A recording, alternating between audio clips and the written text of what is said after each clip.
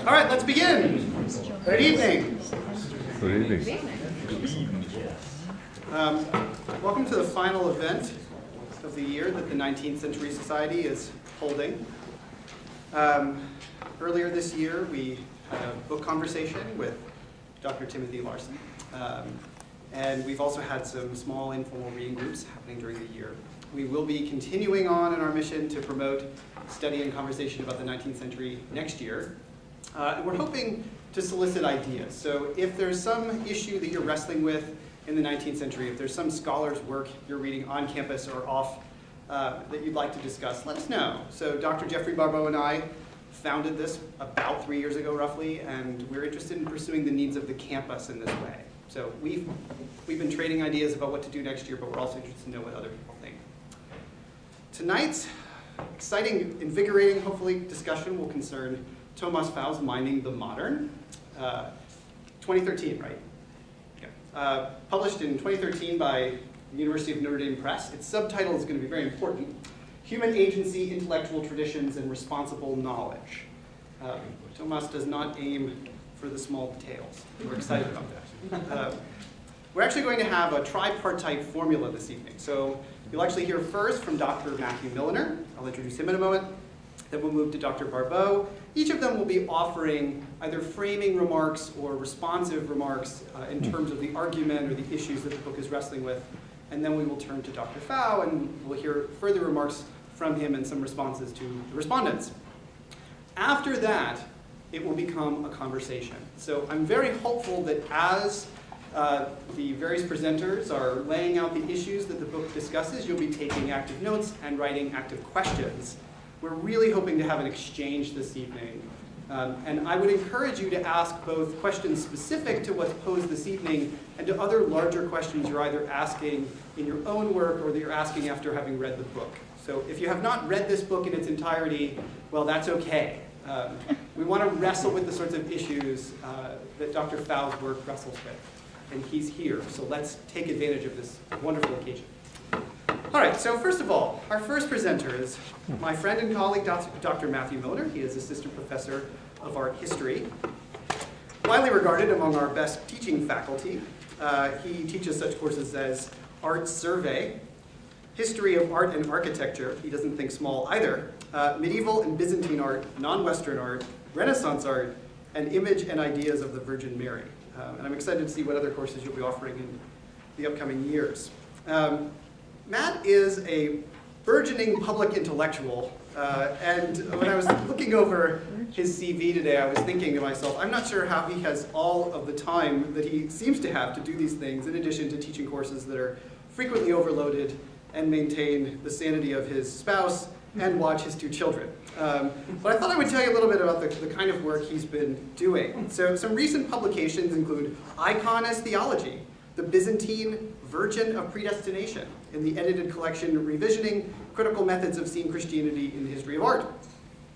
The Brancacci Chapel and Academia's Religious Turn in Art as Spiritual Perception, another edited collection. Visual Arts in Education in the Encyclopedia of the Bible and its Reception. Primer Inter Pares, Albert M. Friend and the Argument of the Princeton University Chapel in the Princeton University Library Chronicle, which I'm proud to say I have also contributed to over the years. Image, a symposium essay on the word-soaked world, troubling the lexicon of art and faith in Image, for which he has been a contributor in the past, and I believe you have a bio on the Image page. Yes. I could go on and on about the kinds of things he's been doing for First Things, but I'll just recommend that you read his work that's available through First Things. It's really wonderful and wide-ranging. His current book project is called Mother of the Lamb, Origin and Insight of a Global Icon, and I look forward to reading that someday soon, hopefully. It turns out that Matthew also has a national reputation among senators. I think many of you will remember the day when we found out that Matthew has Washington insider connections. He is a United States Senate Curatorial Advisory Board member, first for the 113th Congress and again for the 114th Congress. So something's working in Washington, it turns out. Let's warmly welcome Matthew.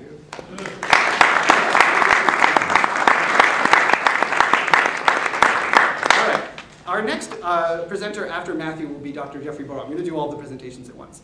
He is Associate Professor of Theology in our very own Bible and Theology department. We're grateful to have him.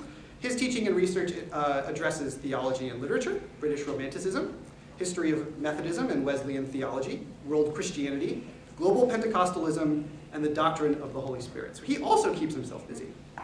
He's the author of 2 books, both published as part of Palgrave's really wonderful 19th century Major Lives and Letters series, and I'm speaking here as someone who studies the 19th century. His Sarah Coleridge, Her Life and Thought, came out last year and was positively reviewed in the TLS, no small accomplishment. He is also the author of the 2008 Coleridge, the Bible and Religion. He has also edited a collection, and I think that these are insightful in thinking about his kind of career, Romanticism and Renewal, later 18th century Britain to 1832. It's going to be part of a Baylor University Press Documents of Anglophone Christianity collection that I'm really excited to see and maybe even use in my teaching. He and our colleague Beth Felker-Jones edited the collection Spirit of God, Christian Renewal in the Community of Faith, and he is also the editor of a collection, Coleridge's Assertion of Religion, Essays on the Opus Maximum. And you'll see soon enough why we need somebody who knows a lot about Coleridge to discuss this book. Finally, we have our distinguished guest. Dr. Pfau is the Alice Mary Baldwin Distinguished Professor of English at Duke University, who enjoys secondary appointments in Germanic languages and literature and on the Duke Divinity School faculty. So he keeps busy and he has lots of different appointments, which is indicative of the range of his scholarship. I thought I would mention quickly his current project, which is called Plentitude, Writing the Image in Literature, Aesthetics, and Theology, in part because of the fact that, as many of you know, this is an image of, or an interest of ours right now on campus, having just had a conference on this issue. So we might engage him a bit on this question this evening. His earlier books are, of course, Mining the Modern, which came out in 2013, as I mentioned, Romantic Moods, Paranoia, Trauma, and Melancholy of 2005, and Wordsworth's Profession, Form, Class, and the Logic of Romantic Cultural Production. I thought I would also read a couple of other articles that he's recently published, which I think are expressive of his kinds of interests and the kind of remarkable insight that he has on a number of topics that's really, really quite humbling to read. One recent work is Botched Execution or Historical Inevitability, Conceptual Dilemmas in Brad Gregory's The Unintended Reformation, one of his, I think, productive sparring partners. Early Romantic Bildung as Ethical and Aesthetic Strategy, so still working within the vein of his Romanicist training. Image and Assent, Rational Theology and the Catholic Critique of Modernity, 1780 to 1830. Varieties of Non-Propositional Knowledge, Image, Attention, Action, and that appears in a forthcoming collection of essays called Judgment and Action, Interdisciplinary Essays, which I'm very excited about. And finally, Beethoven's Heroic New Path, Organic Form and Its Consequences. And I did realize when I was preparing for this that if I read you everything that he has published in a major venue, we would consume the entire time. I wanted to speak very, very briefly because Dr. Milliner is going to set up the book at a much greater length than I have time to do, just about this book and about what I find so very intriguing about it. And so I thought I would just read just a brief quotation. This is about 15 pages in. If there is to be a future for humanistic and interpretive knowledge, Dr. Pfau writes, it will hinge less on the contrivance of yet another theory or slate of technical terms than on the sustained retrieval and critical engagement of some key concepts that have proven indispensable for meaningful humanistic inquiry since its beginnings in Plato and Aristotle. On this list, we might name such concepts as will, person, judgment, and I'd add, well, action, of course, and I'd add intellect as well. Dr. Pfau's work, in other words, is an attempt to rethink the way we go about doing humanistic inquiry in light of a thick intellectual tradition. I think this is going to be an exciting exchange this evening. Let's welcome him.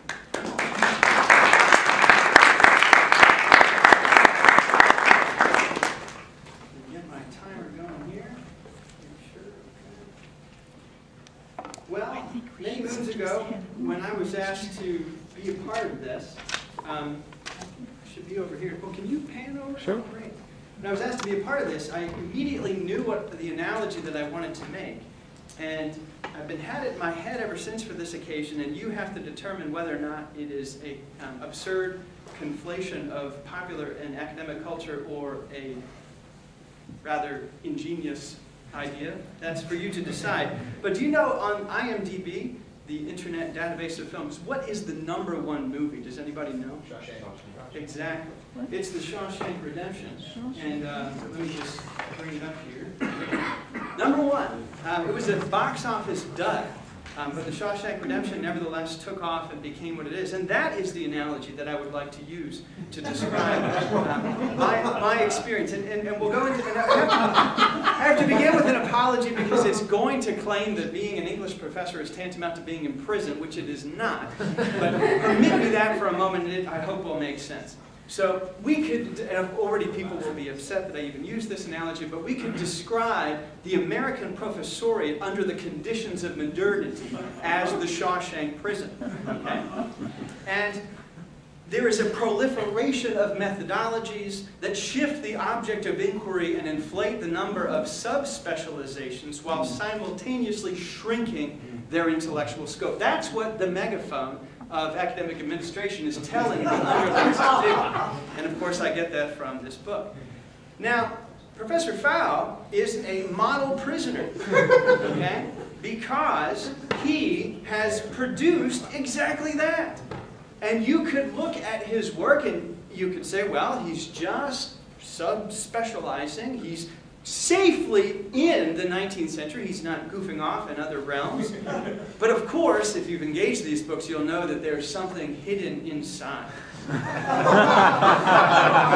And while I imagine in his performance reviews that they would have said, well, okay, you're just setting up the ideals of your career projection, that's fine. Nothing too concerning about this given professor. But of course, what happened was this. And that's Minding the Modern. I think that this book is the breakout. He has been digging away all this time. And when I look at that face, I think of the critics of Minding the Modern. One of whom said, a hostile critic I should add, that it is a work of stunning audacity, how dare you, undertaken on a justifiably grand scale.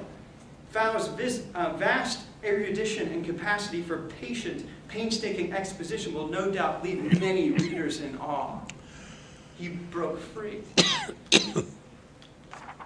And as we continue to beat this analogy to death, I would say that what happened when he broke free was the discovery of a treasure. The treasure that we would call the Christian Platonist synthesis.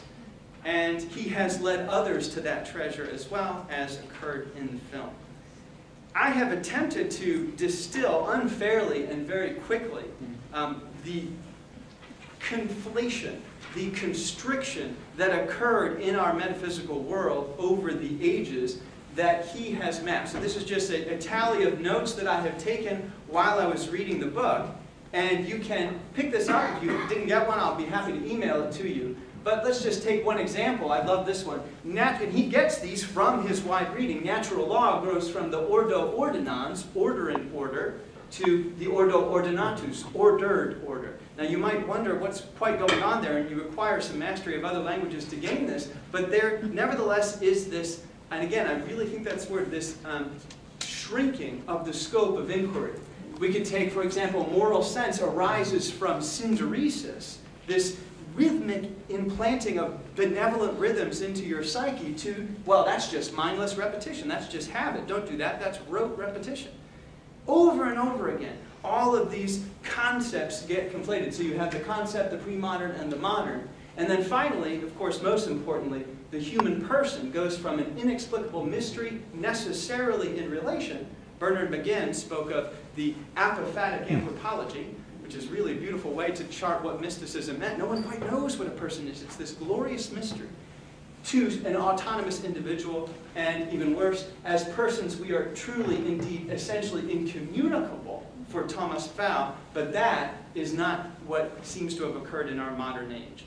Many people are suspicious of these grand sweeps, but I think there is something to them. And I think that the critiques of Brad Gregory and Charles Taylor have actually led to the kinks being worked out in this narrative. And I think that that is what Minding the Modern accomplishes.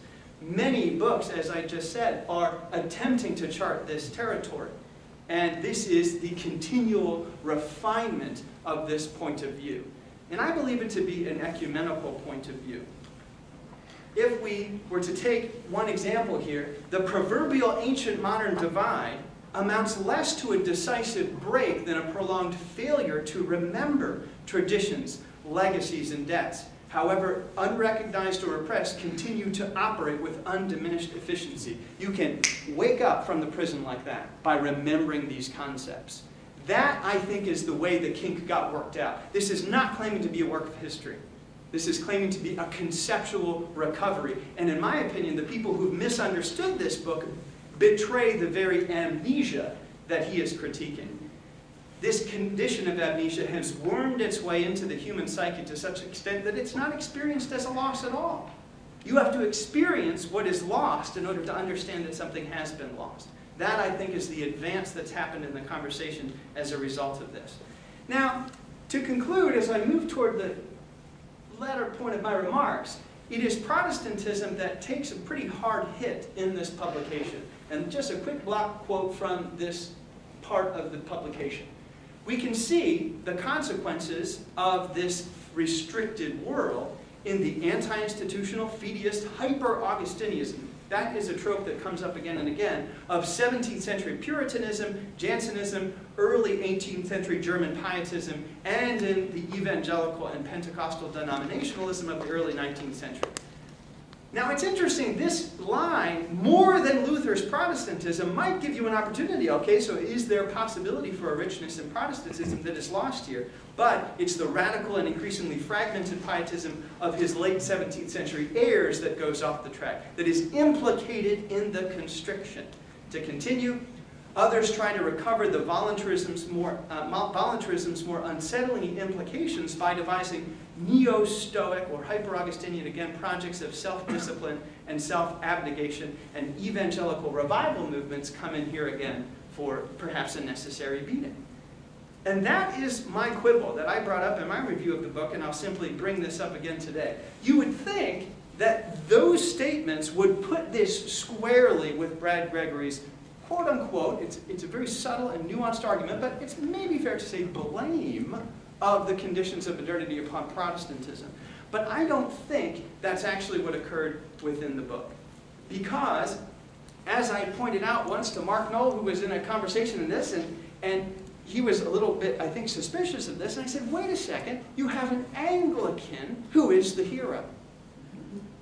The first person who offers oxygen in this deracinated world of a thicker way of seeing things is the Cambridge Platonist Ralph Cudworth, who says, sounding just like Thomas Aquinas, created things when they exist, they are what they are, this or that, absolutely or relatively, not by will or arbitrary command, but by the necessity of their nature. To say nothing, of course, of the other hero of the book, who it may be fair to say is an adventurous Anglican as well. And so I'm wondering, Professor Pfau, if we can continue to mine the possibilities for an ecumenical convergence. In fact, the definition of the image of God for the Orthodox Church is precisely not a definition, and does that bring them into the game? They don't appear too often, although they are in the publication. That's the way I would like to be in conversation with this project, because I think there is something indeed to it. So we take the evangelical models of religion that treat belief as spiritual property, and we, I think at this college, if we identify as evangelicals, would rightfully criticize that trajectory. But of course, that's precisely what Mark Knoll has argued. And there's wonderful touch points in his critique of univocal ontology in Jesus Christ and the Life of the Mind, and what's in this publication, to say nothing of other books such as Hans Bersma's work, or Stephen Boyer and Christopher Hall, and a wonderful continuation of the project in Prophets of the Posthuman. So I think if we link arms, this job is so difficult to think these concepts freshly, that we work together in order for this to occur is the goal. I made the claim in my earlier review of this that Lorenzo Lato, with which the book begins, as you'll see, shows this person who is not exactly engaged with his reading. You may have experienced that before as an undergraduate. Just barely flipping the page, and this is the proto-modern disaffection that Thomas Pfau begins with. But the argument that I made was that this beautiful painting by Rembrandt is what Thomas Pfau is after, and it is offered, of course, by a collaboration of a Reformed painter along with a Mennonite preacher and his wife whom he is painting. Very briefly, let me simply say that I think I buy my argument, having looked back upon it, because indeed, as you look deeper into this, and you look at the ways that Rembrandt could have moved, he knew how to depict mere business transactions, which aren't nearly as enlivening as his portrait of the Mennonite preacher, who was also a business person. He had the opportunity to depict this Mennonite preacher alone with that book, but he chose not to. This Protestant nevertheless chose, illustrating a Protestant, to give us personhood in plurality, quoted in Minding the Modern, Robert Spaimont, to give us rationality and relationality as corollaries, to give us condilectus, mutual delight, another term that I take from his glorious mining of the great Trinitarian tradition. And there it is, in what we might fairly call the evangelical tradition. I want to finally conclude that I noticed recently that that is actually a wick snuffer right there at the base. And I want to say we've got to be critical, as Thomas Pfau is, of things that cut against this kind of recollection that we are seeking. We have to draw some things outside the boundaries. But nevertheless, I still think there is something to be said for continuing to bring others alongside as allies. Not only the Cambridge Platonists, but, as one last remark, if you can bring Aristotle and Plato into this synthesis to recall thicker ways of being human, could we do so for the Native American tradition as well? Could we bring in a Christianized Confucianism, a Christian, heavily Christianized Native American theology? What would it look like for non-Western infiltrations in the alliance of this robust Christian anthropology? Not for a cheap pluralism, but to thicken this conversation. So I look forward to thickening this conversation with Professor Barbeau's remarks, Professor Pfau's, and yours. Thank you.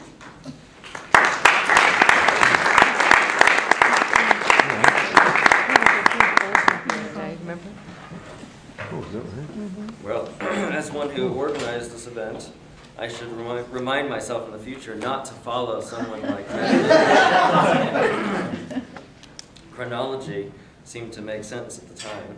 And actually, Dr. Pfau is the one who really encouraged this sort of dialogue, where instead of the sort of traditional format where he would speak and we might offer brief responses, he wanted it to be even a greater conversation, I think, by having some responses to begin with. So thank you to him for encouraging this format.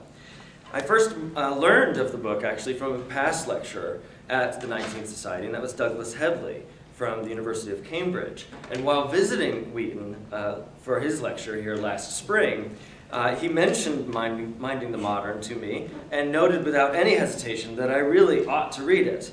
And it was only a few weeks later that actually the Journal of Theological Studies contacted me asking me to review the book, I suppose because the last 7 chapters of 20 are devoted to Coleridge.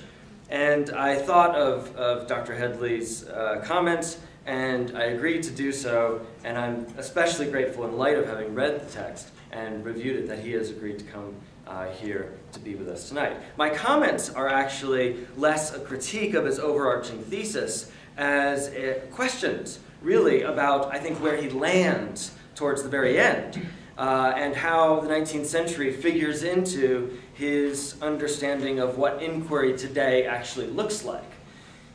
In many ways, I think the activity of this evening and the work of the 19th Society in bringing together people for these kinds of conversations actually is about the ideas and movements that continue to demand our attention today, and fits very nicely, I think, with what he's trying to do in the book.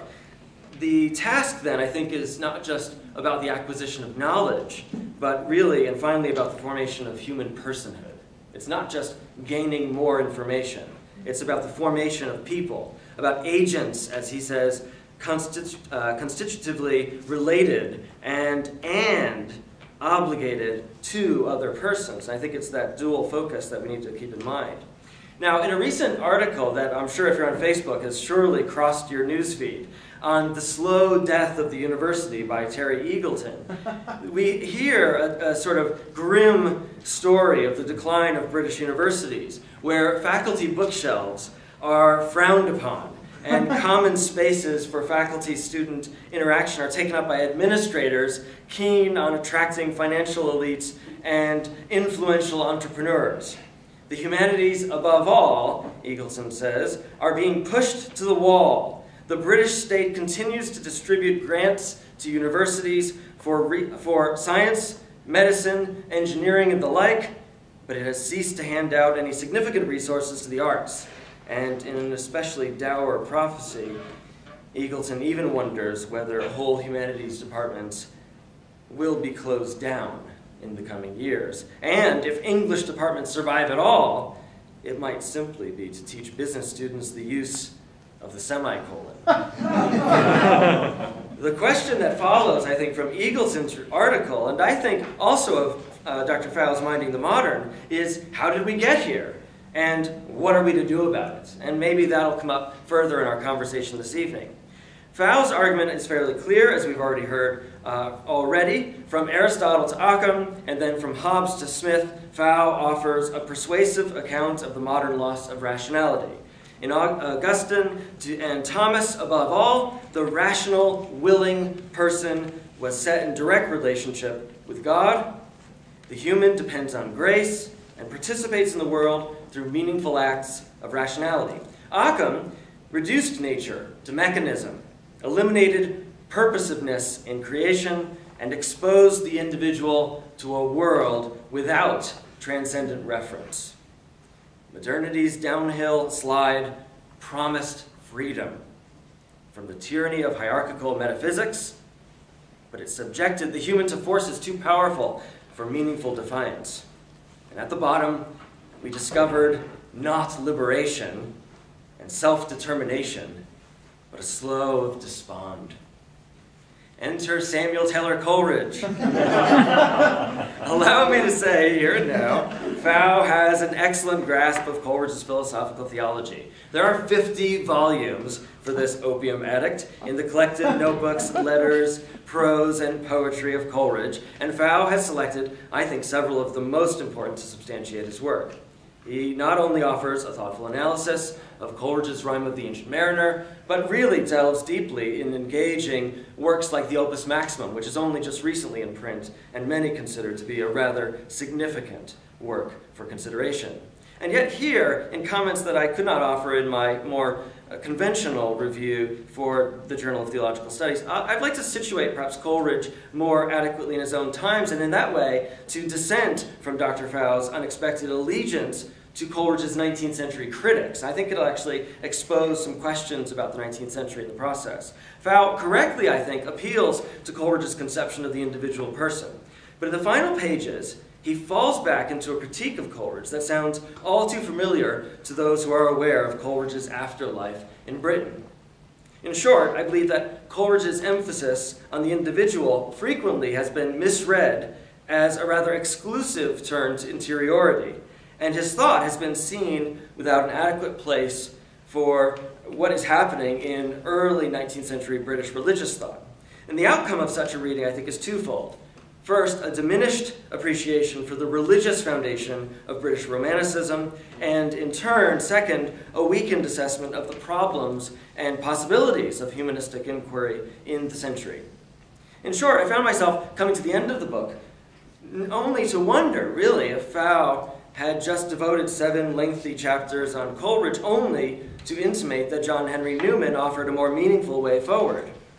Why was it, in other words, that Pfau claims that Coleridge's philosophy ultimately did not persuade his immediate successors, he says, even though John Stuart Mill, hardly a man of the cloth, could state with complete self-assurance that every Englishman of the present day is either a Benthamite or a Coleridgian?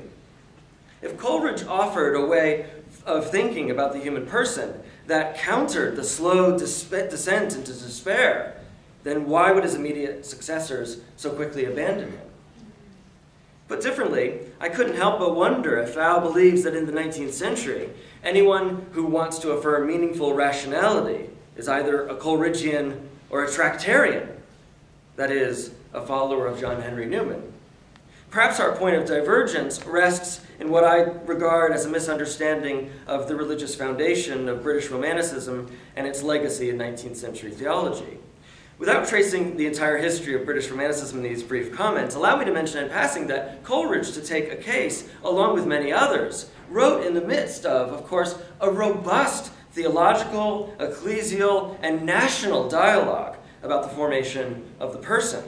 There were debates about the interpretation of the Bible, such as what was happening around the British and Foreign Bible Society, that implicated the formation of the human as a religious individual.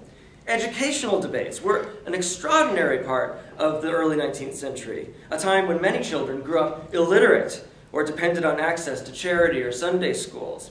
And those belonged to a wide-ranging national conversation about human development. And even as many, certainly Coleridge among them, were uncomfortable with evangelicals for their heightened individualism, the polemicists clearly recognized that to denounce evangelical enthusiasm was to denounce a theology of spiritual actuation in the soul that threatened to reduce the authority of the biblical text. And many recent studies, I think, have, for that reason, emphasized this particular religious context that I'm getting at. So in light of this, I think it's fairly clear that two major traditions of humanistic inquiry emerged in the 19th century, the Coleridgian and the Newmanite, we might say. The distinction between the two becomes clear in the final pages of Pfau's study, as he explains. Here's a lengthy quote. Overt criticisms and more tacit misgivings about his project, that is Coleridge, originate from various quarters. There are Newman's reservations about the later Coleridge's excessively speculative proclivities, and in particular, about the failure of Coleridge's theology to issue in a coherent and practical account of moral agency. As Newman's implicit counterposition in the Grammar of Assent suggests, Coleridge's hyper-Augustinian obsession with sin threatens to overwhelm the inherently dynamic nature of moral vision and agency with retrospective, at times even fatalist, ruminations. Pfau repeats this concern. It's so important, I think, to him at that point. Again, shortly after, he says, the later Coleridge's preoccupation with a fundamentally sinful will and his decision to anchor moral personhood almost exclusively in an ontology of conscience creates tensions of its own. For one thing, Coleridge's radically interiorist account of human agency and responsibility does not, Pfau says, quite align with his concurrent emphasis on the relationality of human personhood, just as his Platonism at times ultimately remains at odds with his Trinitarianism. Now, I can't help but wonder then if Pfau is very subtly taking up Newman's stance. If John Henry Newman had doubts about Coleridge, Victorian Christians, if not Christians today, knew that they should be wary. Pfau refers to Newman's well-known statement in the Apologia, Pro Vita Sua, where Newman assessed Coleridge's influence on not only his own thinking, but also that of his Tractarian collaborators. He says, Newman, a philosophical basis for church feelings and opinions was laid in England by a very original thinker who, while he indulged in a liberty of speculation which no Christian can tolerate, and advocated conclusions which were often heathen rather than Christian, yet, after all, instilled a higher philosophy into inquiring minds than they had hitherto been accustomed to accept. In this way, he made a trial of his age and succeeded in interesting its genius in the cause of Catholic truth. Newman's remarks, I think, are akin to a damning course evaluation I have never received, but can only imagine might raise the scruples of my dean. Dr. Barbeau teaches with originality and learning, and has inspired me to thinking far beyond any teacher I have ever had before. But he encourages reading in books profoundly heretical, and weighs ideas too irreligious for any Christian student to tolerate. Now, there's much more that could be said at this point about what I think Coleridge is doing and how this plays into the formation of a larger tradition of the 19th century. I think, for one, we might look to a chapter in Dr. Pfau's book on the relationship between the mother and the child and the formation of the self, where he looks to Coleridge's Opus Maximum for insight into how Coleridge theorizes that a baby at the mother's breast, looking into the eyes of the mother and sensing in the touch and in the appetite a sense of the otherness, discovers a sense of self in those moments. And I think there's something very powerful about that does get to a sense of interiority in Coleridge's thinking. But I think we might also look at something that Dr. Pfau does not look to that I think had a long influence in the 19th century and even into the 20th century, and that is on the idea of the clerisy, which is really a very powerful concept, although Dr. Pfau refers to this notion as utopian. I believe that the concept actually holds some promise for our reflection on the state of humane inquiry today. And I think that's a powerful possibility here for our discussion tonight. Coleridge describes the clerisy of the nation as the learned of all denominations, that is, of many fields. The sages and professors of the law and jurisprudence, of medicine, physiology, of music, of military and civil architecture, on and on he goes. Now, I think there's some possibilities there that we might consider. Further, is not Coleridge's preoccupation with the fundamentally sinful will at least a part of that which moderates his radically interiorist account of human agency? Those are Pfau's words. Coleridge recognized the limitations of the finite will, even as he offered an account of human agency that reestablished the peculiarly relational and necessarily transcendent coordinates of personality. I think we must regard Newman's commonplace assertion about Coleridge's irreligion in such a light with considerable suspicion. His backhanded compliment is intended to simultaneously recognize and deny Coleridge's influence in his thinking, an influence that would be entirely evident by the end of his life. For though Coleridge's account of the human was deeply infused with an awareness of the limitations of the finite will, he did so out of tremendous reverence for the very tradition that Pfau himself wishes to recover and advance. Newman was indebted to Coleridge and the romantic rehabilitation of the conscience, but it was only once he converted to Rome that he felt confident articulating the romantic concept of the person. The rise of mechanistic conceptions of human being in the world, whether of the sort Pfau identifies in the post-nominalist tradition of Hobbes and Hume, or in the evidentiary apologetics of William Paley, led some to prioritize the individual over against the community. But the subsequent appeal to antiquity in the Oxford movement marks a troubling swing in the opposite direction. Safely within the bounds of hierarchy, apostolic succession, and the apparent singularity of church tradition, Newman could verbalize romantic notions of personhood for the good of the church in his opinions on the faithfulness of the laity, the necessity of religious knowledge for the flourishing of a university education, and what he calls the illative sense. Coleridge, in such a view, was not rejected by his successors so much as absorbed, not abandoned, but assimilated. And much more, I think, could be said here about the complex reception history of STC. But allow me to make a final few remarks before my voice completely gives way on what I regard as the potential impact of this polarization. Above all, I wonder if while Newman's assessment of the state of learning in the universities is more famous, if in fact he hides behind the church when individual will and reason are most at stake. This is a challenge I think we must face, and face directly.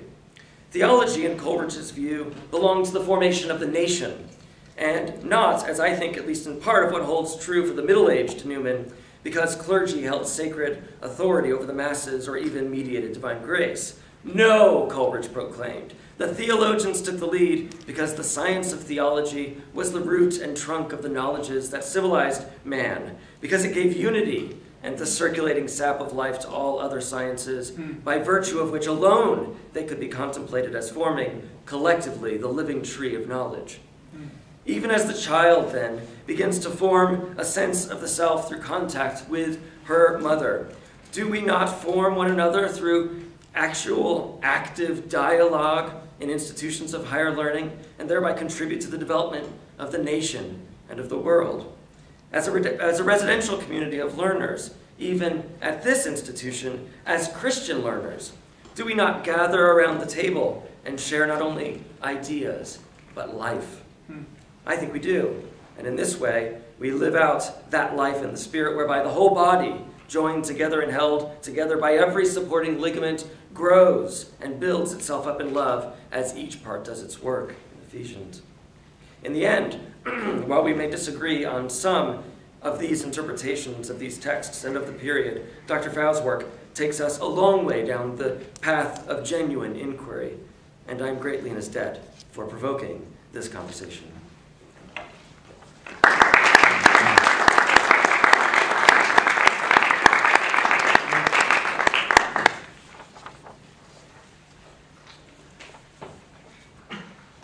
Speaks up. So, thank you for being here at this late hour. And thanks, Jeff, for the invitation to what is really a wonderful event, and for all those at Wheaton instrumental in arranging it.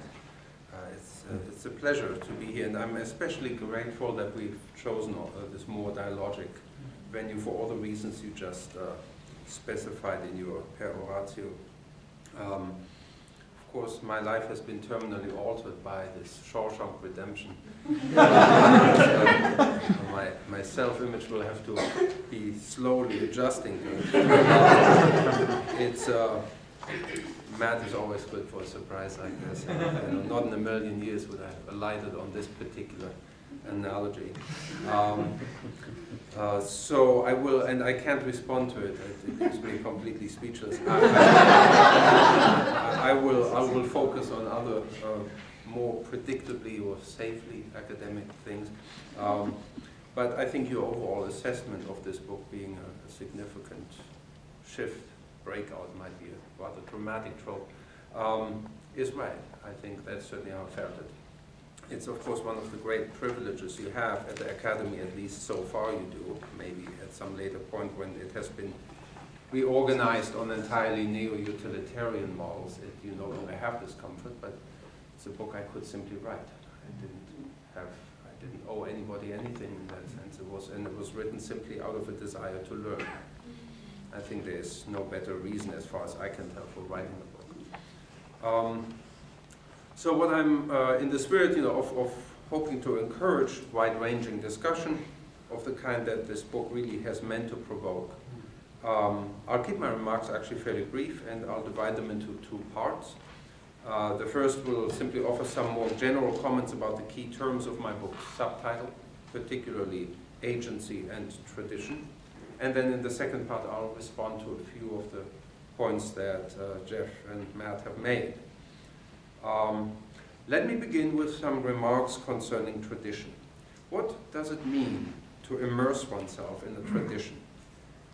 It means, and so at least I try to argue in my book, it means first and foremost to cultivate studiositas rather than curiositas, studiousness rather than sheer curiosity, not an insatiable appetite for the new, but an attempt to understand how we got to be where we find ourselves.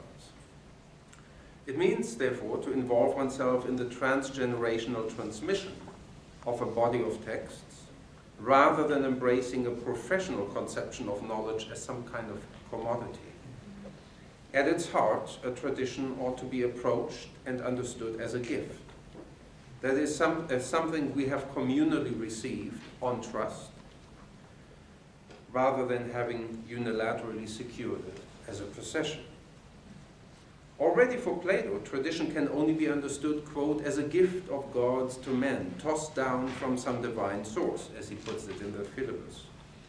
Viewed as a bequest to human communities, rather than as an anthropomorphism in its own right, tradition fulfills what Paul Griffith identifies as the twofold characteristic of the gift, or of gifts, a distinctive group of things that can be given away without thereby being lost to the giver, and that concurrently will be lost if they are not given away. We have reason, I think, to be mindful of the impersonal dialectical nature of inhabiting a tradition. And then also to distinguish it sharply from the prevailing modern conception of critique, which tends to be predicated on exposing error, and as such aims at emancipating itself from received knowledge. Leaving aside the question of whether such a definitive overcoming of the past is even desirable, one has to ask whether it's possible. Can modern critique, which refuses to affirm anything prior to its own operation and outside of its own conceptual jurisdiction, can it ever adequately respond to a tradition that is fundamentally concerned with understanding its own underlying premises?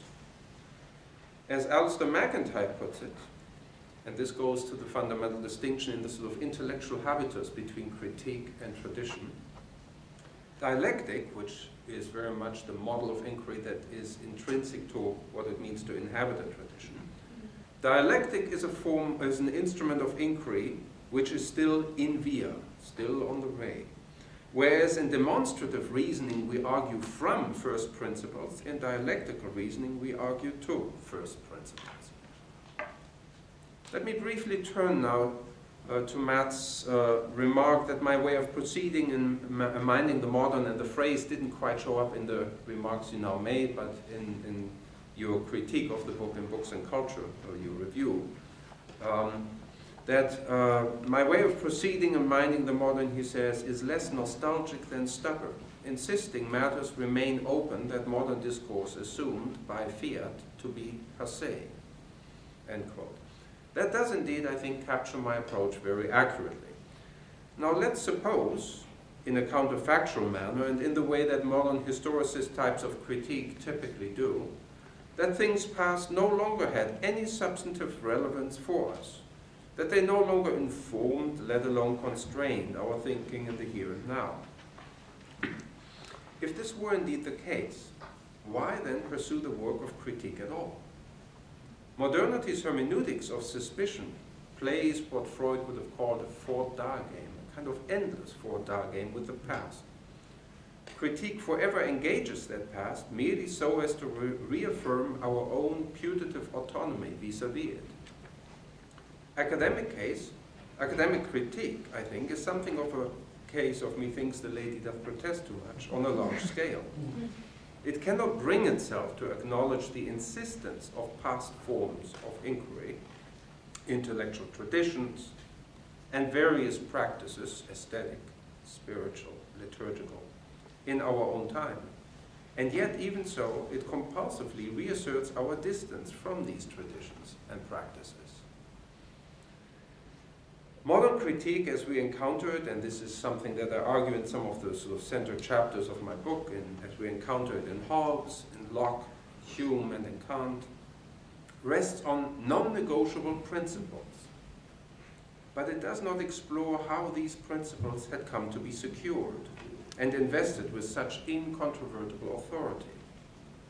By contrast, the kind of dialectical progression that we call tradition seeks to close in, gradually and patiently, on, sorry, I lost my space here, seeks to close in gradually and patiently on the as yet unfathomable fullness of a conception, the depositum fidei, as it were, which had sponsored our hermeneutic activity, our interpretive engagement in the first place. Knowledge begins in this form, where we inhabit a tradition. Knowledge begins with an act of assent and engagement, rather than principled disengagement, mainly because those accepting the scope and the relevance of the gift of tradition realize that all inquiry is already framed by the intellectual community of those who came before us. As T.S. Eliot puts it so memorably in Little Gidding, we are born with the dead. See, they return and bring us with them. And the end of all our exploring will be to arrive where we started and know the place for the first time. Minding the modern does not so much seek to advance potentially controversial ideas, but more fundamentally aims to frame knowledge as participation. That is, as a patient undesigning a necessarily dialectical endeavor of understanding what past voices have to tell us, both by design and by default, and Minding the Modern is a thoroughly unoriginal book. Whereas in contemporary academia, originality is typically fetishized as the overriding goal, and is all too often realized in acts of willful and scantily informed assertion. My objective in Minding the Modern is really quite different, namely to understand the emergence, the transposition, and on occasion the distortion of concepts that had informed our understanding of human agency, in particular will, person, judgment, and action. To engage a tradition in the way I've just sketched involves also, importantly, the cultivation of humility and the principled renunciation of method-based forms of critique, which exhibit all the traits of what Augustine had called the libido dominandi. You might say, actually, that within modern professional culture, whether it's legal or academic, the term that has absolutely no place at all is actually the concept of humility. Why is that? As a work of philosophical hermeneutics, Minding the Modern does not wish to filter, constrain, or prejudge what past voices have to tell us by means of some method. I don't believe that there can ever be, or that we can ever attain, some neutral and unconditionally valid point of view from which to exercise jurisdiction over past voices. Moreover, a hermeneutic undertaking of this kind cannot be realized under the intense regime of specialization and subspecialization, as it prevails in contemporary academia. It requires a much wider scope of awareness, which inevitably means that the resulting arguments and insights, such as I tried to unfold them in my book, remain incomplete and partial. Working within the horizon of long conceptual genealogies and traditions then requires humility, a quality that modern self-regarding professionalism has all but expunged from intellectual life. Let me now turn to some brief remarks on how Minding the Modern understands the function of concepts in humanistic inquiry. Now, I submit that at this point it is imperative for us to reappraise the nature and function of concepts in humanistic inquiry, because contrary to the social and hard sciences, but also, I should hasten to add, in contrast to an Emersonian, rugged, and in tendencies to pragmatist habit of inquiry that's very deeply ingrained in American culture, I would maintain that concepts such as the ones I just specified do not ever operate as tools. Rather, they furnish the antecedent conditions wherein our discrete acts of practical reasoning and spiritual reflection will unfold. They are the horizon within which we operate as rational agents. Concepts are not like hammers and pliers and other tools that we may use in order to effect some particular outcome, which is where I think attempts to map the humanities and what they do onto models of the hard sciences invariably tend to go off the rails. So they furnish antecedent conditions that, in a way, circumscribe our attempts at practical reasoning and spiritual reflection. As the opening chapters of my book try to argue, in humanistic inquiry, concepts operate as frameworks, or what Colin Gunton calls open transcendentals, and I quote from his book, The Bampton Lecture. That is, they are notions in some way basic to the human thinking process, which empower a continuing and in principle unfinished exploration of the universal marks of being. The quest is indeed a universal one, to find concepts which do succeed in some way or other in representing or echoing the universal marks of being. But it is also to find concepts whose value will be found not primarily in their clarity and certainty, but in their suggestiveness and potentiality for being deepened and enriched during the continuing process of thought from a wide range of sources in human life and culture. Thus understood, and this is the end of the quote, thus understood, our most fundamental concepts are not value-neutral building blocks for the construction of some timeless syllogistic verities.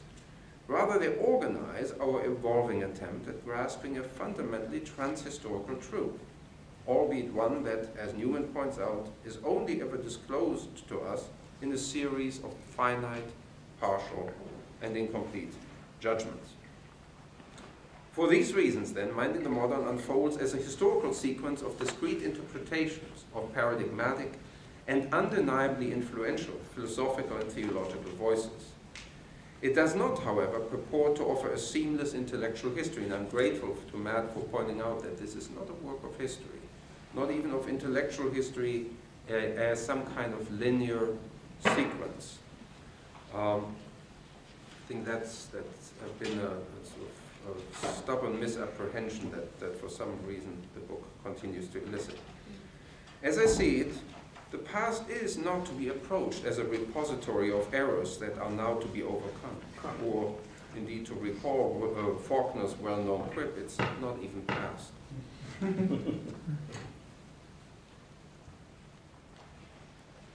Let me now offer some responses to the sort of remarks that Matt, Milliner, and Jeffrey Barbeau have offered here, and I'm very grateful for them. And here it is actually that I'm referring to a particular point you had raised in slightly different phrasing just at the end of your remarks.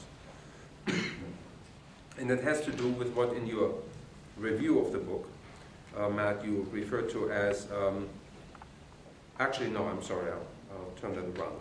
I'll begin with Jeff's remarks and come back to that.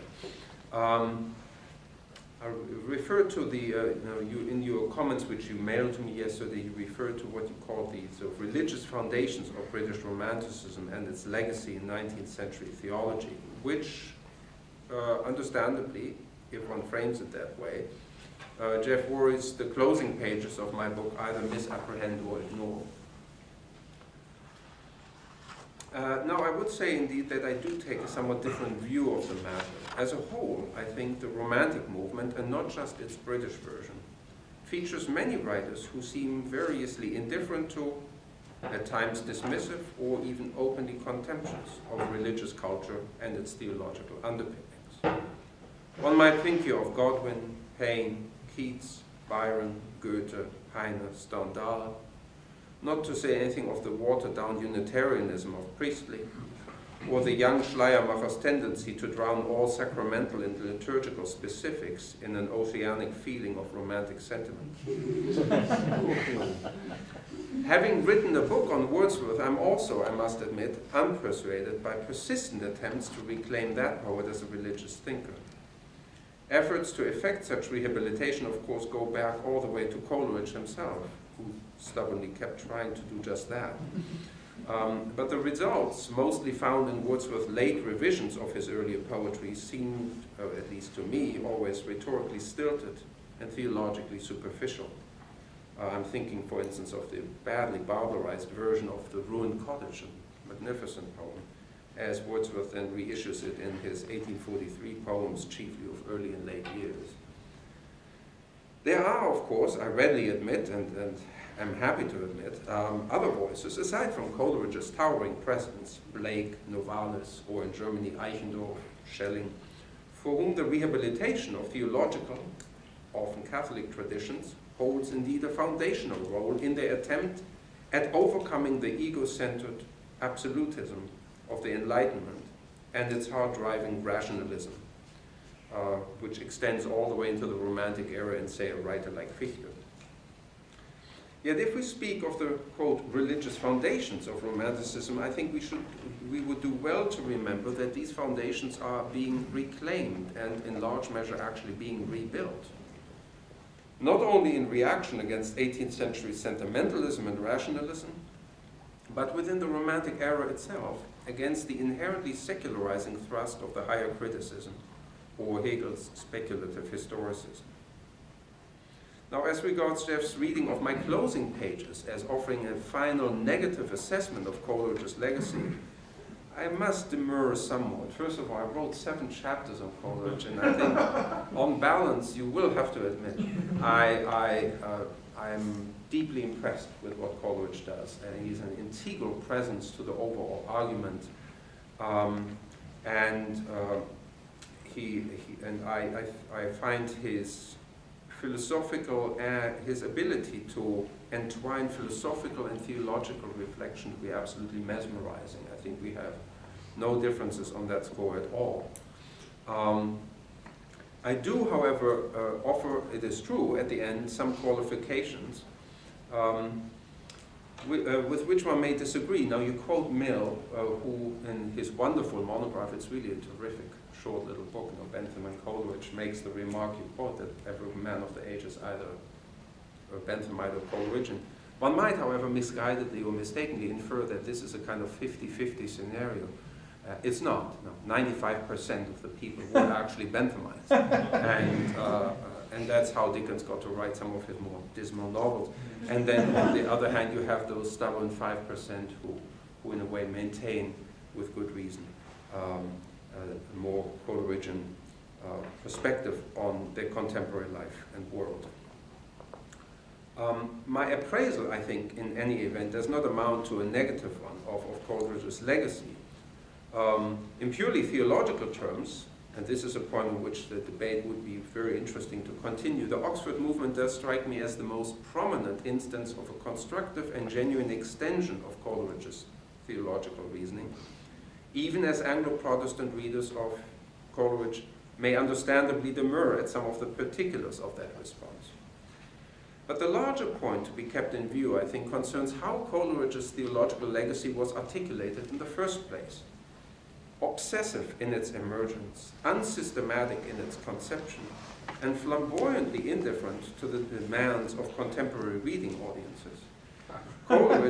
Coleridge's late theological oeuvre reflects his ongoing and never fully resolved struggle with determining just what sources and traditions will ultimately prove most significant and indispensable for articulating his account of Christianity. Is it to be the legacy of Platonic and Neoplatonic thought, or German idealism, the Anglican divines, the higher criticism, or a different way of engaging the ultimate authority of Scripture? In its organization, Coleridge's most important work of theology, his 1825 Aids to Reflection, and I would happily add to that also the Opus Maximum, reveal the shifting, though unwaveringly intense and earnest movement of Coleridge's thought in this regard. But there is no definitive answer here that can be extracted, or that Coleridge himself tenders. One may extract such an answer by a well-intended series of selections.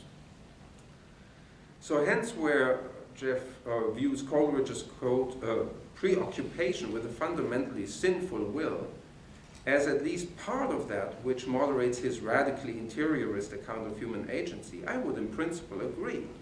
It is certainly the case, as Jeff observes, that Coleridge recognized, quote, the limitations of the finite will, even as he offered an account of human agency that re-established the peculiarly relational and necessarily transcendent coordinates of personality. Before going on, I should add that Coleridge's preoccupation with sin, of course, has an important and undeniably autobiographical dimension. I think that anyone who has dared to look closer into the meandering shape of Coleridge's life will readily understand what I mean. But Coleridge's theological conception, however one may sort of wish to articulate it, will be ours to articulate. By Coleridge himself, it was never given definitive systematic expression. Coleridge, of course, incessantly talked about his system, but he actually never delivered one. In its absence, one may understandably feel tempted to extract statements and moves from his far-flung oeuvre in order to arrive at such a position, yet doing so ultimately risks obscuring the continually shifting and fragmentary nature of Coleridge's intellectual and theological position.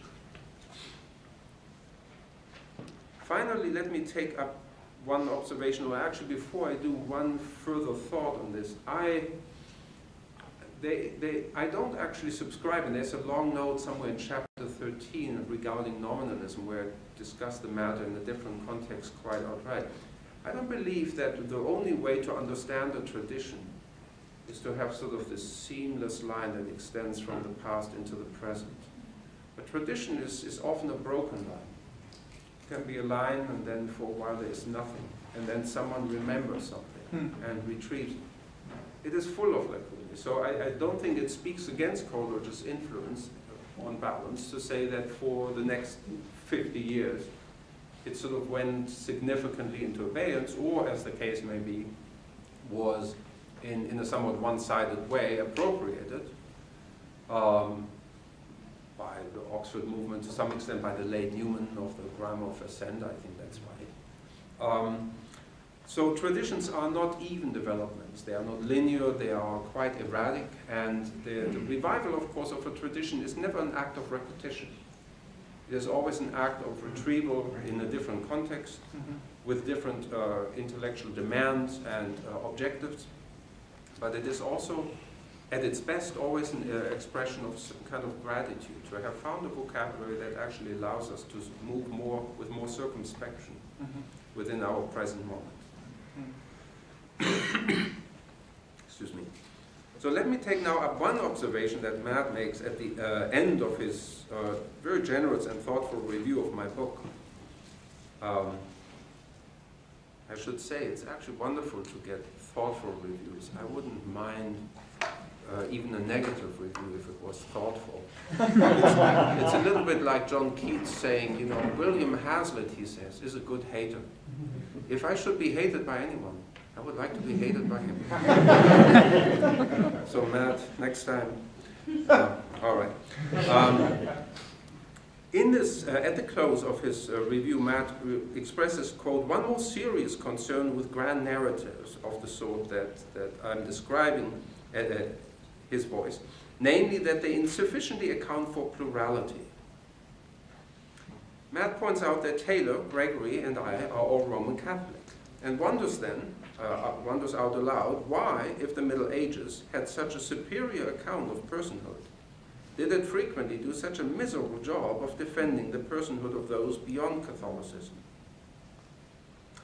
Much ought to be said about this. I will confine myself to just a few remarks. My first response here would be to point out that the gap between moral ideation and execution is an integral feature of human personhood. It was above all Augustine whose conception of sin, understood not as a contingent misstep but as an essential feature of personhood, had refuted the Socratic position that to know the good will also ipso ensure our acting in accordance with it.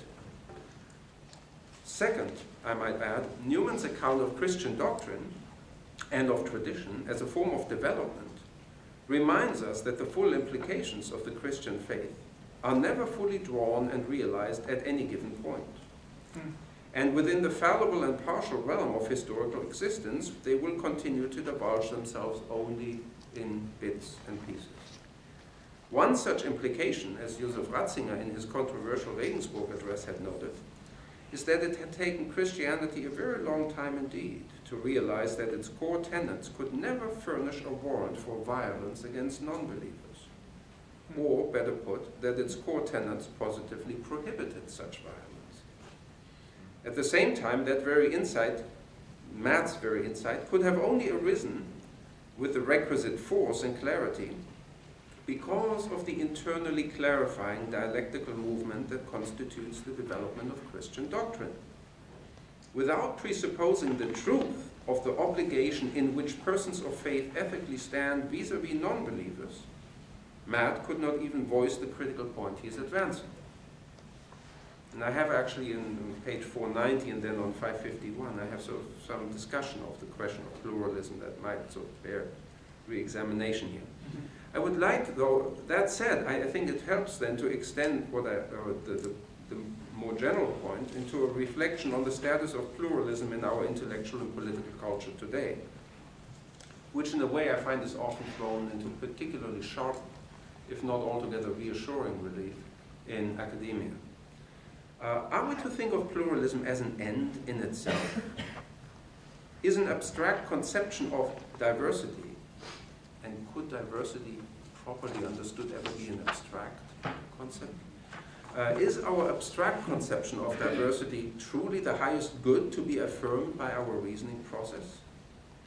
If so, it may well be it may be most effectively secured if we were to refrain from engaging one another at all. For my part, I doubt that diversity and pluralism can deliver what they promise as long as they remain purely notional and abstract.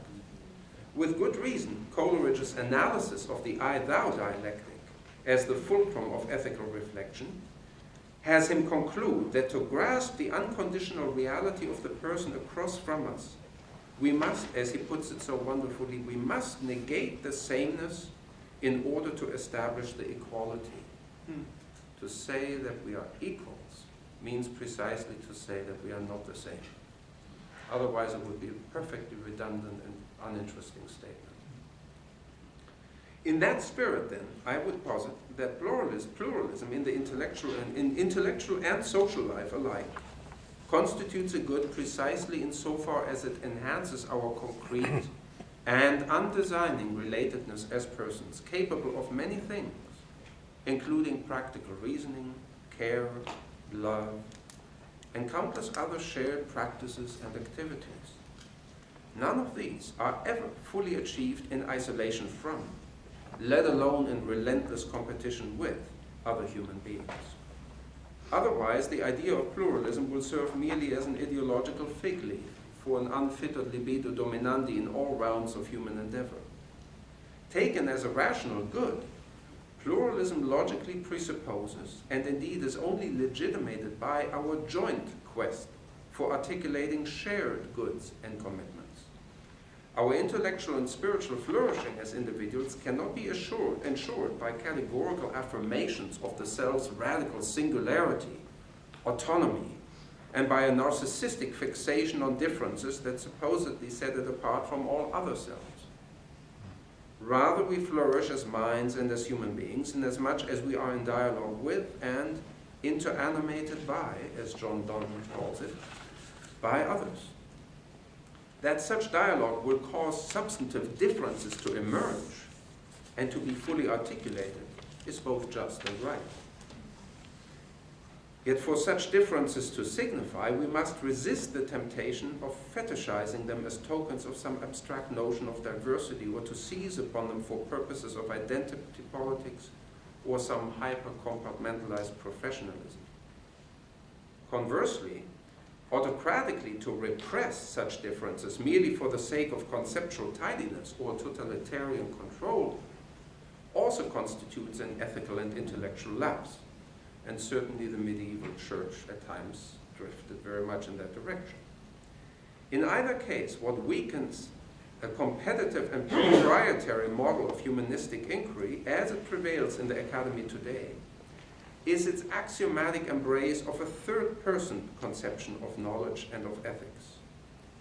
The real moment of ethics is a moment, I think, in which the I-thou relationship is at stake, not the I-he or I-she relationship. An archaeology of a relational model of personhood and knowledge, such as Minding the Modern traces it in the writings of Richard of St. Victor, Coleridge, Martin Buber, and Emmanuel Levinas, offers a viable alternative here. For only in the encounter with the concrete thou, distinguished by its own distinctive and irreducible presence and reality in feeling, thinking, and speech, will modern liberalism's worrisomely formulaic and abstract appeal to pluralism and diversity be truly put to the test.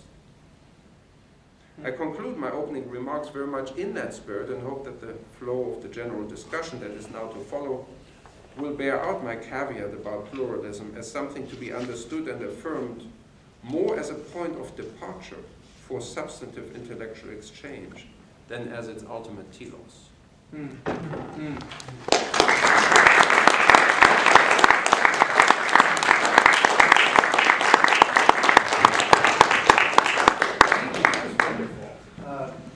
I did want to say to you, while you were speaking, I was thinking about one of my favorite anecdotes about Jacques Barzon, the great Columbia historian. He often would fight off the label specialist, and I suspect even sort of advanced scholar, in favor of the description, self-description, amateur. But one of the most learned men of the mid-20th century period, claiming the title of amateur. I was thinking about that as you were speaking, Space of Love. So we have time now for questions to come from y'all. So who'd like to speak?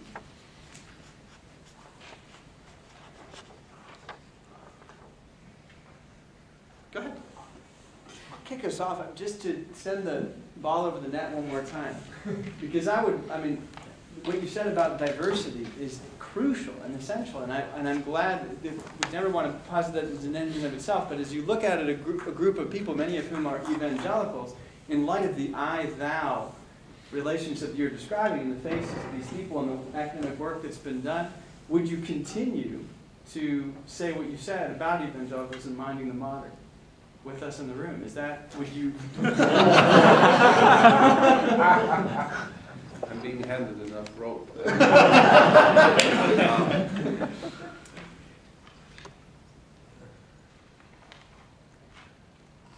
The concern that animates the remarks that you flagged has to do with a particular strand of interiorism.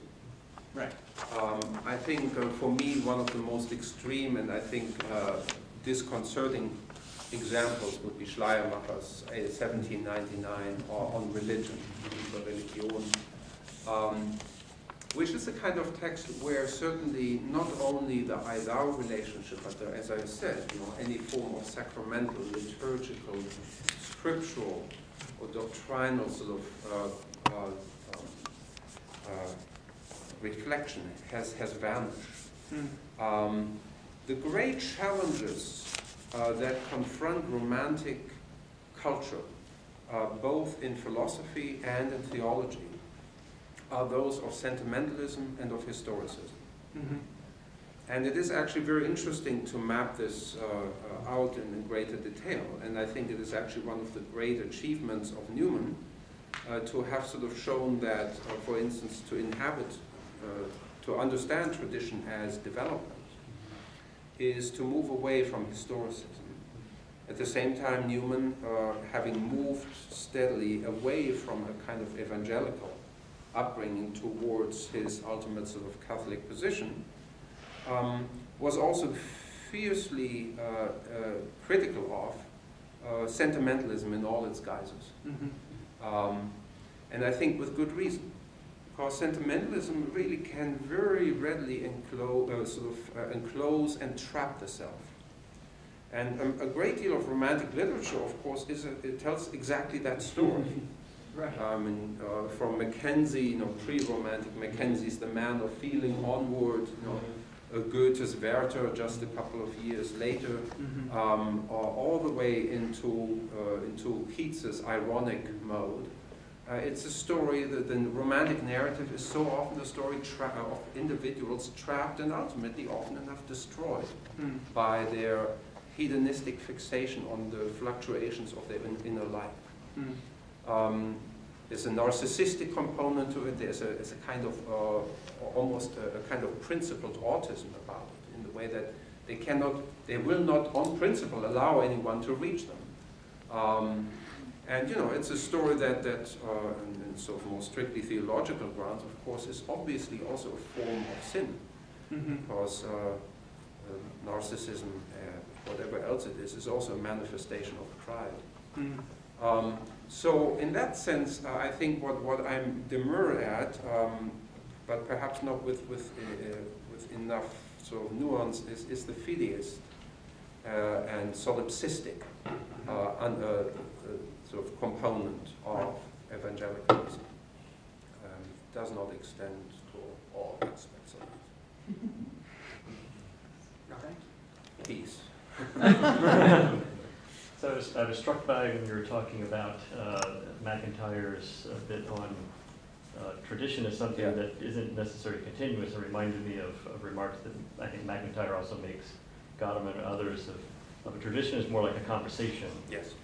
It's nonlinear, there are pauses, sometimes there are interruptions, there are rememberings, so on and so forth. But that also, I think, suggests a way of maybe thinking about tradition on the one hand and pluralism and diversity on the other. Because if we take seriously the idea that a tradition is an ongoing conversation, then can we perhaps more concretely envision how it is we can bring others into that conversation, take their voices seriously, not view them as maybe trifling interruptions, but as seriously having something to say that's worthwhile in the conversation. And if that's the case, then perhaps, although admittedly there are elements of evangelicalism that might be problematic, and there are evangelicals that maybe are not really good conversation partners. I mean, this is another issue one has to think about. But can we find ways maybe to take that kind of metaphor and then sort of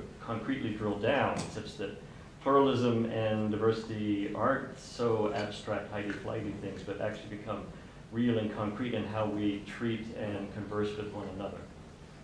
Right. I think the reference to Gadamer and to the whole concept of conversation is absolutely key here. As soon as a concept like pluralism or diversity is sort of turned into some kind of political weapon of sorts in order to sort of achieve on some kind of poorly articulated moral scale superiority over one's competitors, much is lost.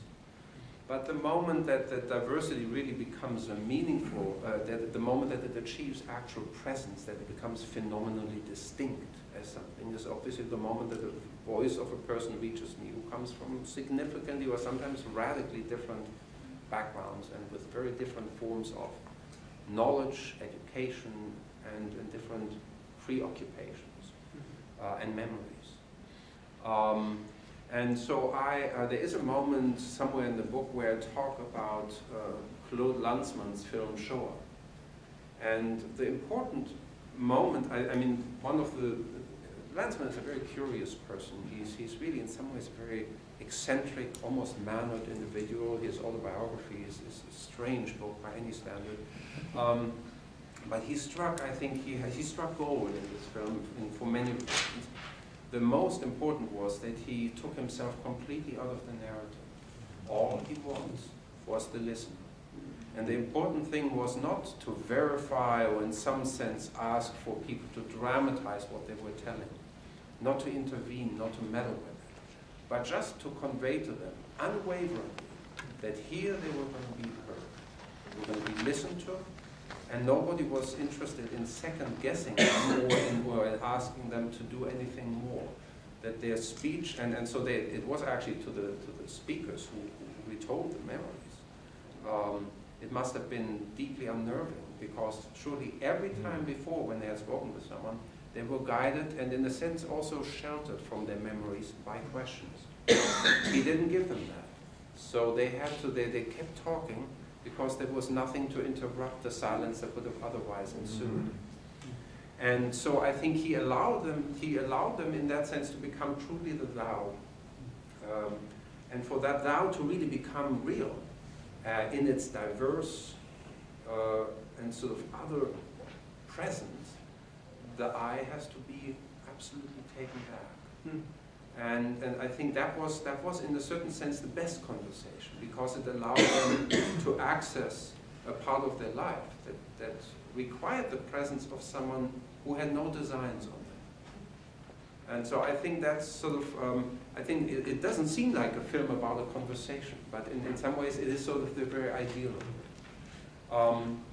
So I think that Gadamer also, there is another aspect which I might highlight, on which Gadamer is actually elsewhere in Truth and Method written very eloquently, which is the idea of conversation as play. Elsewhere I've written on this concept. I find it, I think in some ways, perhaps the most apposite way in which to understand what it means to do intellectual work in the humanities. In play, as a player, in whatever the play happens to be, whether it's a theater play or some athletic performance, you are only a good player to the extent that your subjectivity is taken out of the equation. It may inform your style of play, but the moment you try and present yourself as a certain kind of player, you will play poorly, because you are no longer committed to the goals of the play, and the play is an entelechy. So in that sense, there is in that sense the true depth of possibilities, the richness of possibilities that play or conversation open up for us, is only realized if we in a way hand ourselves as individuals over to the logic of the play itself, to the issue under discussion, to the particular set of goals that structure a certain kind of performance.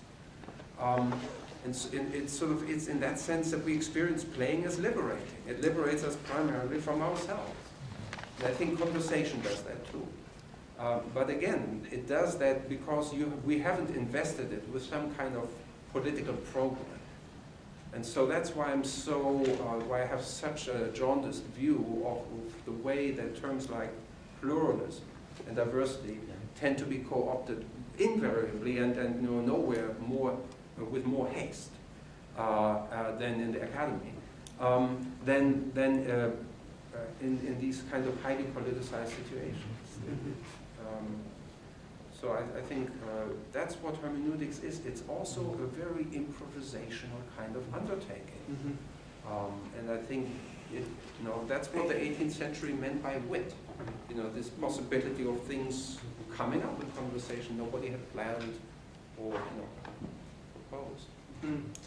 Yes, I want to make a different and more general point, but in response to your colleague here, Robert. I just want to say that I absolutely agree with you. Plays include ontological explanation. It's in a way the heart of the method, I think. And one example, what's striking to me in the cases you're laying out here and all the theoretical issues involved in the dialogical model is how many different writers in the last 150 years have groped towards something like the theoretical models that you're dealing with, Trotter and McIntyre, your own work. And I'm thinking one case in particular, arguably the greatest, I think one of the greatest novel ever written on the question of race in America, William Faulkner's Absalom, is a novel of 20th century interpreters who are going on a bare minimum of 19th century facts as they try to construct the meaning of an individual life and of a whole region's calamity. And the second half of the novel consists of the constant to and fro between a Canadian and an American who are roommates at Harvard. And they keep saying, play, let's play, let's play, let's play. And there's a remarkable productivity to that play. What you said is absolutely right, I think, that the element of play in human learning is so central, both because of the unexpected things that come out of it, and because of the way in which play requires you to leave your subjectivity behind if you are going to be a successful player. Right. Really, no, I think your point's a wonderful point. And I think one reason, going just really quickly back to what Matt said, I think one reason Protestantism in particular and evangelicalism, Protestantism in general and evangelicalism in particular have problems with these things today is because of the oversaturated nature of visual metaphors in our discourse about knowledge.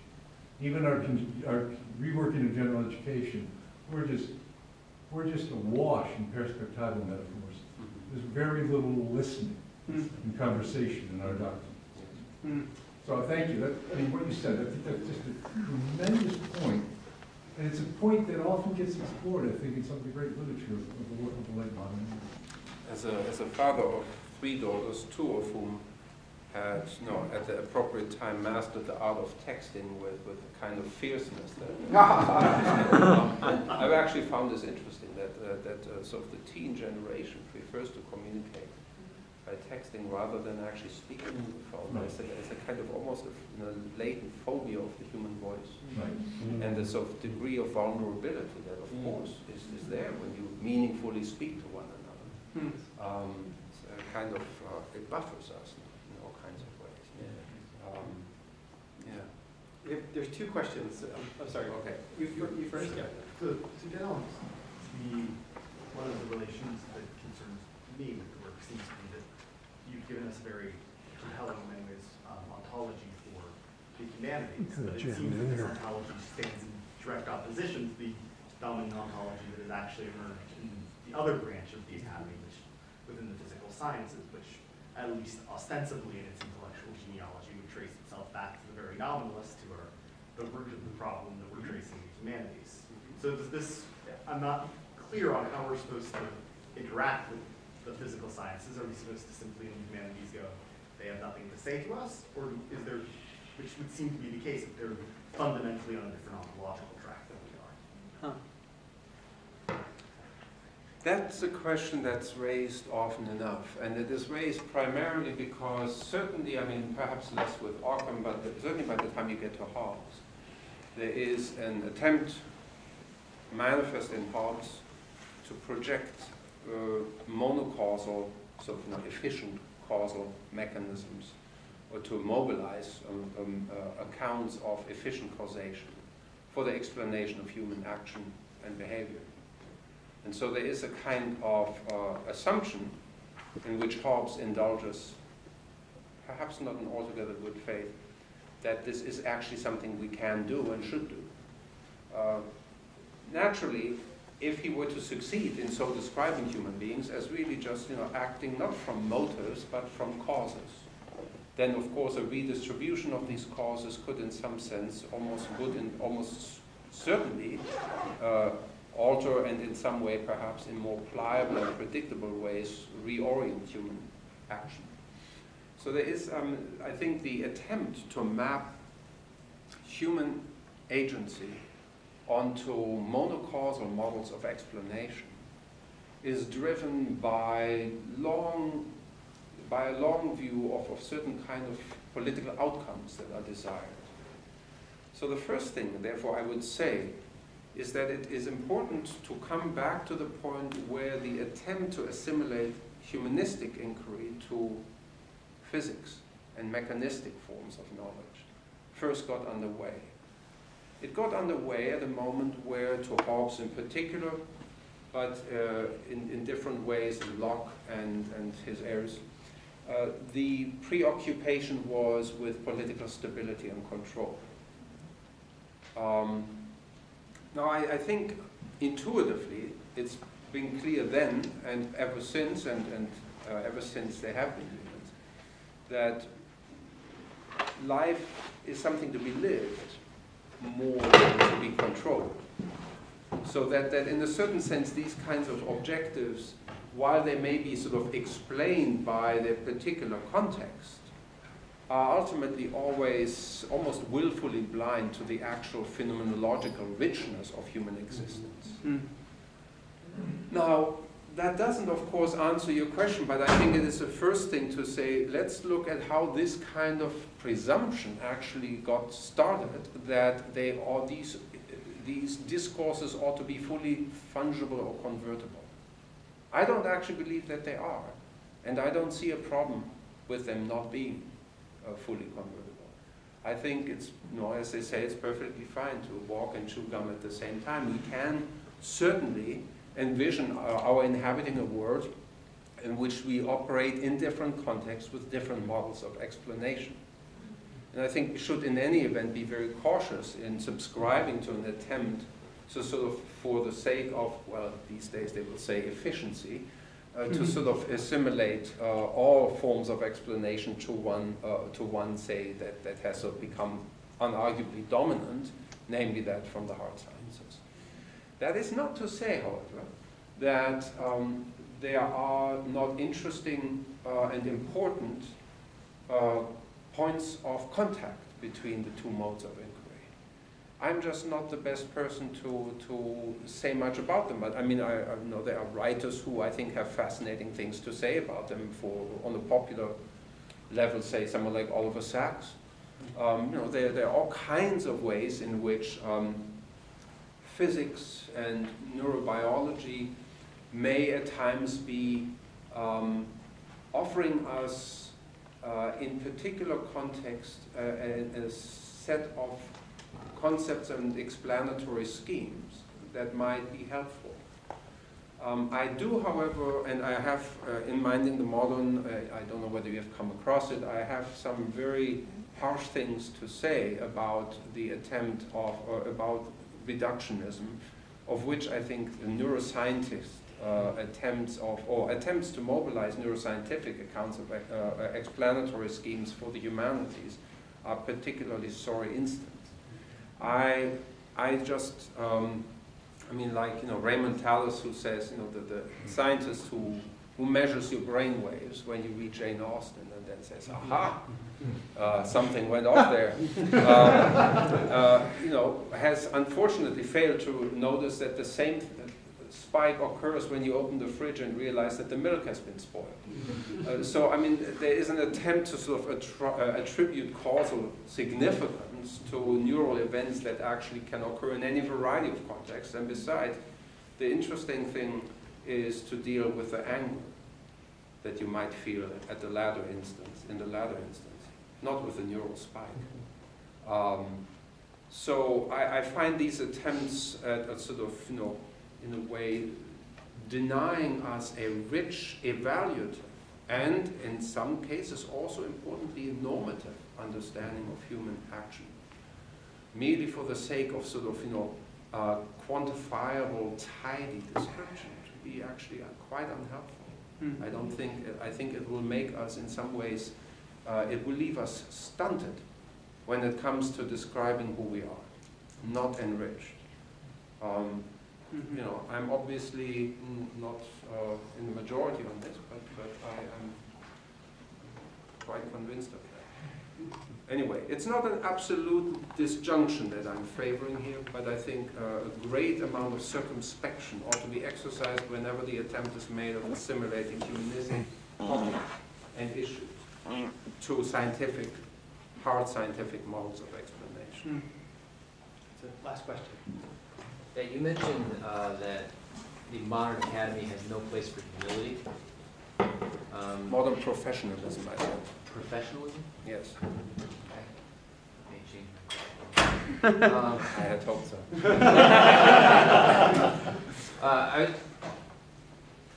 I feel like, yeah, it's going to change a little bit, but at least in the popular level, I feel like that's true as well. If you, Dr. Barbeau mentioned Facebook, if you just scroll through a news feed, everyone speaks with the authority of a prophet. And when everybody speaks with the prophetic voice, there is no prophetic voice. There's just little to no place of humility, and generally in the way that we speak. So I was curious if you, I mean, originally I was thinking in terms of the academy to the popular level, but professional. Do you think that that flows from the professional to the popular, from the popular to the professional, or is it more of a lateral move?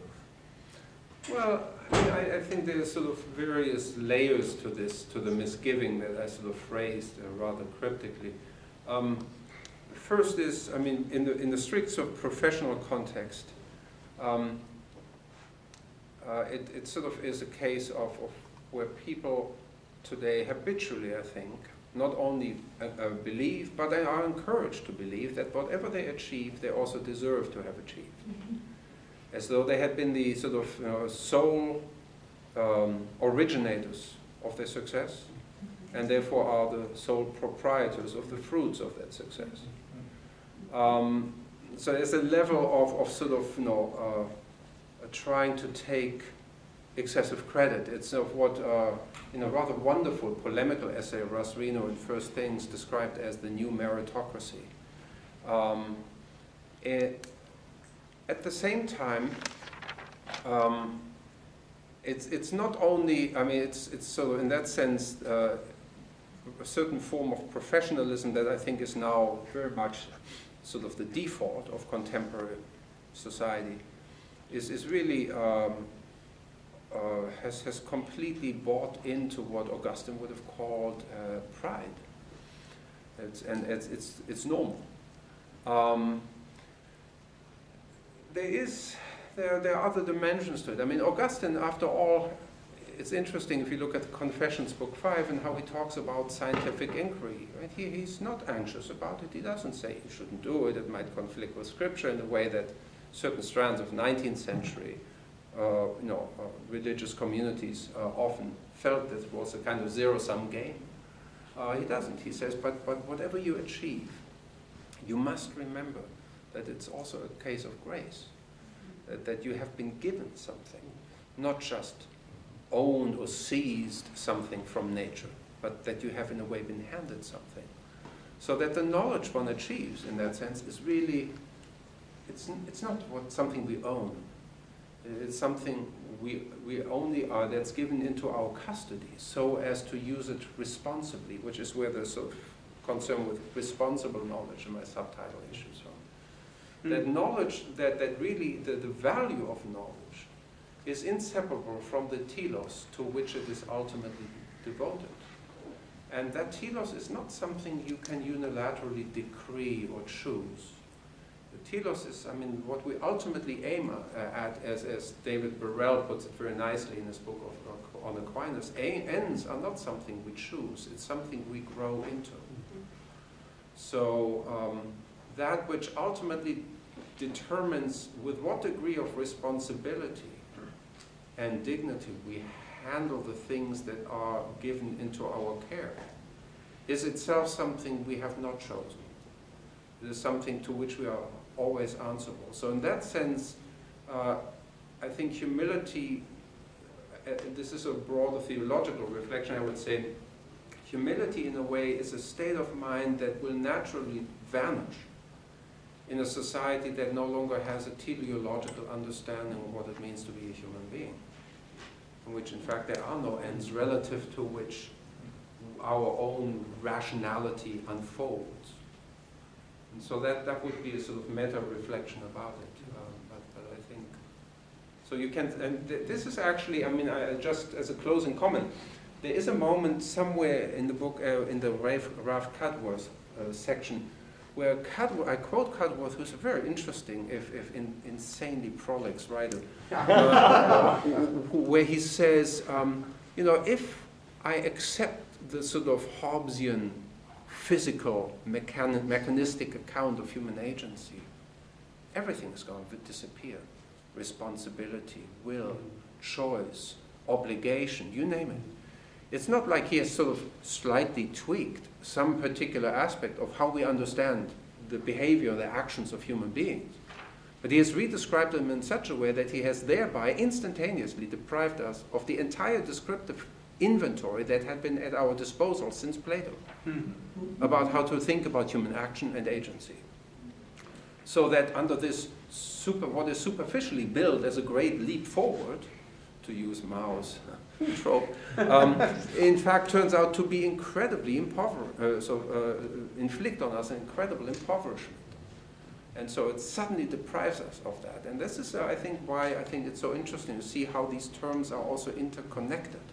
At the moment you sort of evacuate any sense of suprapersonal ends to which we are in a relation of obligation, and independent of which we couldn't even properly qualify as rational beings. The moment that is sort of called into doubt, or perhaps positively dismissed, because it is unverifiable, as indeed it is, at that moment all kinds of other things fall by the wayside too, humility being one of them. Let's thank Dr. Pfau.